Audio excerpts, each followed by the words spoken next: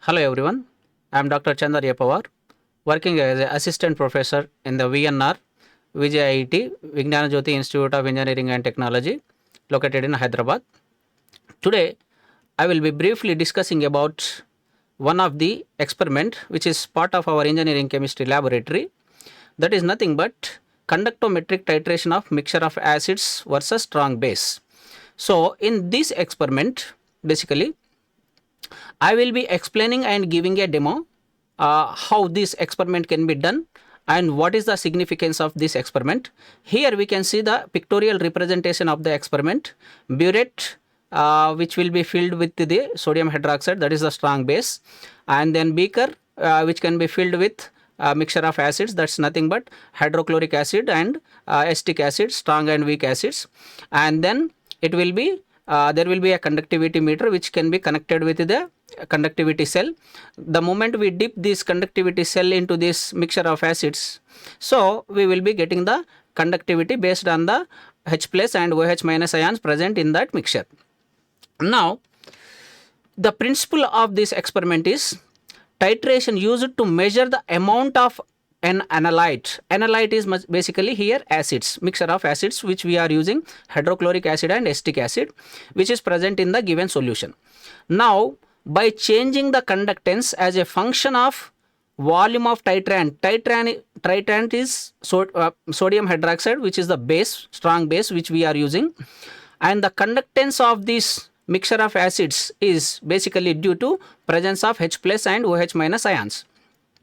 So during the titration, the H plus from the acid, it could be hydrochloric acid or acetic acid, the H plus ions from the acid will be replaced with OH minus ions from the base. And whenever this H plus from the acid and OH minus ions from the base becomes equal, we call it as a equivalent point or end point. And this end point can be determined by the graph method. Now, so as we are talking about the mixture of acids, when we talk about the individual reactions between hydrochloric acid and sodium hydroxide base, strong acid versus strong base, HCl plus NaOH gives rise to sodium chloride and water, and weak acid, acetic acid plus sodium hydroxide, sodium acetate followed by the water formation. The mixture, that's nothing but combination of strong acid and weak acid, nothing but HCl and acetic acid with the base. Again, final product will be sodium chloride and dilution, that is in the form of water molecule. Now, the basic fundamental question here is, since we are using two acids as an analyte here, strong acid and weak acid, HCl and acetic acid, the fundamental question is which acid reacts first with base and why? So answer is due to common ion effect. The first reaction takes place between strong acid, that is nothing but HCl, and strong base NaOH. Once these H plus ions from the strong acid, that is HCl, becomes equal with OH minus ions from the base, then reaction starts with weak acid. Why? Because to release the proton, weak acid, it is not easily releasing the H plus ions. The acetic acid will be converted into sodium acetate and then that reaction starts. That is why here H plus and OH minus ions we are mentioning as high ionic conductivity ions, and sodium plus and chloride ions we are mentioning as a low conductivity ions.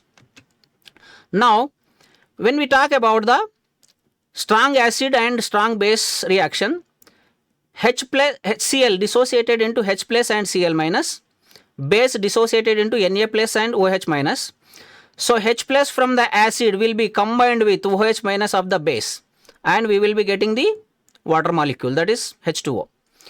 And the chloride ion from the acid and sodium ion from the base combine together and sodium chloride salt formation takes place. Now, as per our statement, strong acid HCl dissociates first, then dissociation of acetic acid takes place as due to the common ion effect.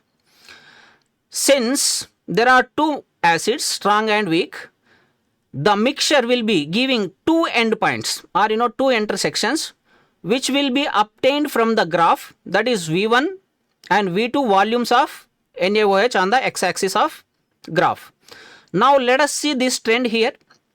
Here whatever this orange mark represents, highest number of H plus ions, that means more count of H plus ions initially. Why? Because there is no any base added to that HCl solution, mixture of acids. That's why more H plus ions, that means more conductance will be observed here on the y-axis. The moment we start adding the base, the H plus ion count goes down. That is why decrease in the conductance, that is nothing but decrease in the H plus ions trend will be observed like this with respect to the volume of NaOH base.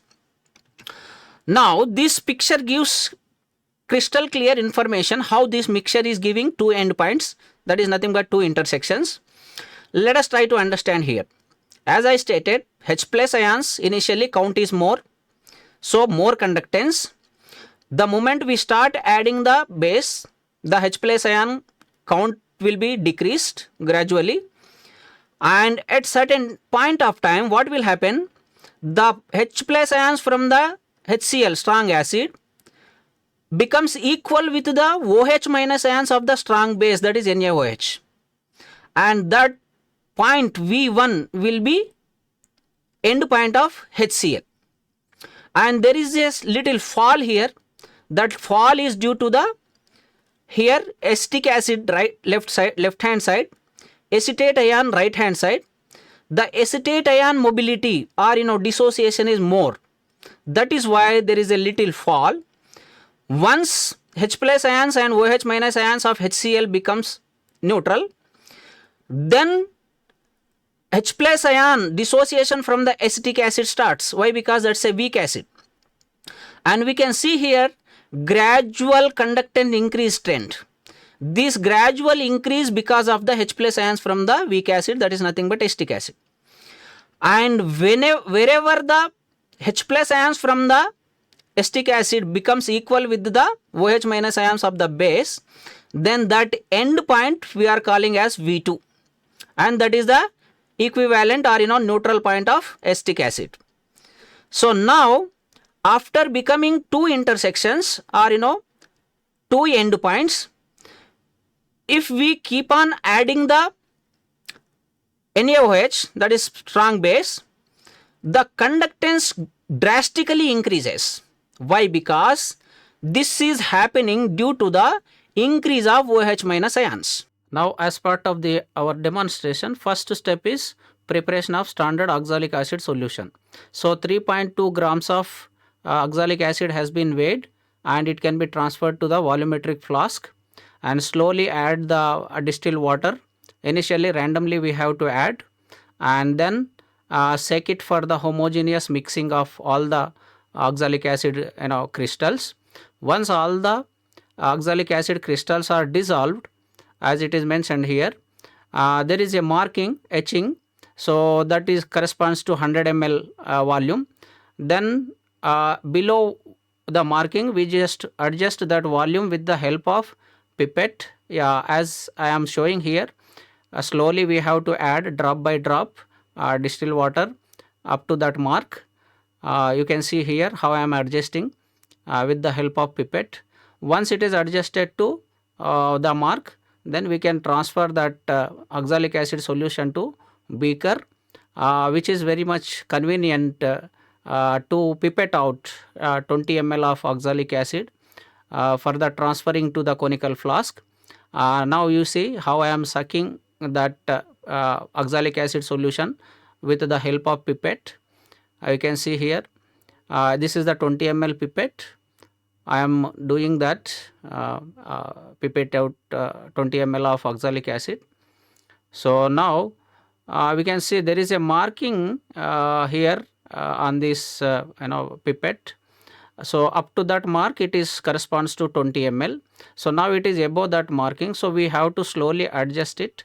Above it will be closed with the index finger, and then slowly rotate it to release the vacuum, and then it will be adjusted to the mark, that is exactly 20 ml of oxalic acid solution, which I am transferring to the conical flask. You can see here.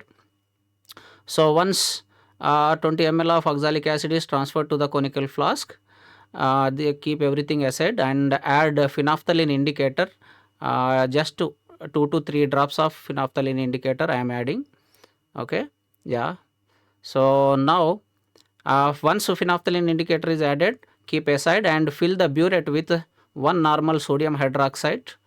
Okay, I have taken here burette, 50 ml burette, and filled, and I am clamping it. So now once it is adjusted, let us start the titration between oxalic acid and sodium hydroxide base. You can see here. So basically colorless to pink color, pale pink color, that is the indication. So we have to be patient enough to do this titration. Why? Because it is taking time. So yeah, now we can see slowly pale pink color formation is taking place. Yeah, now you can see it is colorless to pale pink color has been formed. So this is the end point for that. Now let us go for the calibration of our conductivity meter. Calibration is nothing but adjusting the operating instructions of this instrument, conductivity meter. So what we need to do is temperature should be adjusted 25. I have already adjusted it, and then cell constant should be kept 1, and then the cell constant with the distilled water should be adjusted 1, and then with the potassium chloride, known concentration of potassium chloride. So yeah, this is the potassium chloride with 0.01 normal. So we have to adjust conductivity of this KCl solution, potassium chloride solution, 1.409. So let us see here, this is random. So I am adjusting, it is 1.409 now. So once it is calibrated, then press this 200 millisiemens, and then burette which is filled with sodium hydroxide solution, and then do the titration. This is the third step, estimation of mixture of acids, the conductivity. So now what I am doing, I replace here that KCl bottle with the mixture of acids, that is nothing but HCl and acetic acid, weak and strong acid, and then burette is filled with base. Now I am releasing 0.5 ml of base to add the beaker to the mixture of acids, and then mix it for the homogeneous mixing of ions. We can see initially more conductance here. So yeah, the conductance will be keep on decreasing upon addition of the base. We can see here decrease by periodically. So once it reaches the H plus ions from the acid HCl and OH minus ions from the base become equal, that will be the intersection or equivalent point of first with respect to the volume of NaOH. Then upon adding further NaOH from the burette, the conductivity will gradually start increasing. You can see here there will be a gradual increase. That increase of conductivity due to the common ion effect, and that is related to the H plus ions which are present in the acetic acid. Now we can see that increase is taking place. Yeah, so acetic base is keep on adding. So at a certain point of time, the conductivity will be drastically increases, that is because of the excess of OH minus ions as I presented. Now here we can see that based on this volume of NaOH on x-axis and conductance, we can plot the graph, and that will be represented as a boat form. Here is the applications of this experiment. This titration widely used for quantitative analysis of compounds, dissolution and salinity in water, to find out the pollution in water sample, to find out the deionized water purity and alkalinity of water, pH and conductance of different acids. So let us conclude this kind of analytical technique can be helpful for all the engineers to find out the acidic nature and conductance of any acids and bases. So source of the experiment is online platform like Google content, YouTube videos and AI tools. If any queries, feel free to reach me. Thank you very much. Like, share, comment and subscribe VNR Digital Learning Resource YouTube channel.